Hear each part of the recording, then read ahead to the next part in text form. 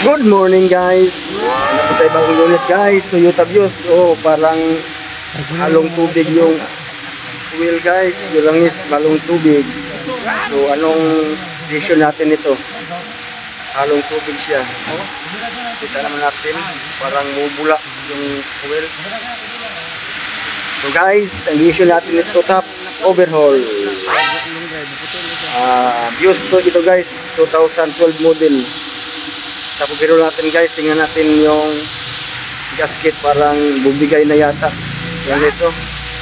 Kaya tanggalan namin, upisahan namin tanggalin yung mga sa ibabaw.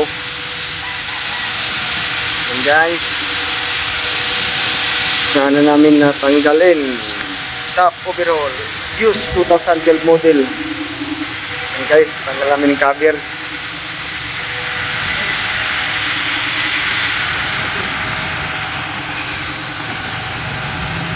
Ito guys, yung dahilan ito guys, yung lang na masira yung pan kaya nag-operate yung makina.